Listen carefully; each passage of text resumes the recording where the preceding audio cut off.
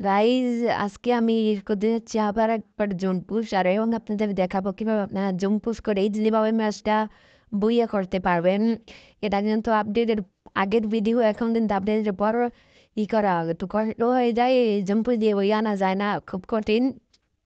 কিন্তু আমার এই ভিডিওটা আমার এই ট্রিক্সটা ফলো করলে আপনারাও আপডেটের পরেও করতে পারবেন।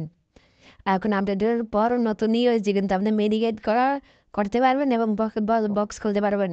আপনারা যদি পান 100 টোকেন দিয়ে এক্সচেঞ্জ করবেন, পরে 200 টোকেন দিয়ে সুপার মেডি কিনবেন। জোনটা গাইজ ছোট হয়ে গেছে, আমি কিন্তু জোনের দিক যাবো।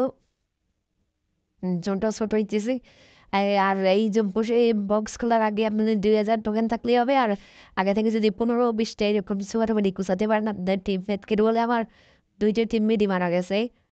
মানে জমটাও সপে গেছে গাইজ, ইজি বই হয়ে যাবে। ইজি আমার কাছে এখনো ব্যাপক মেডিকেট আছে, এখনো 19টা মেডিকেট আছে।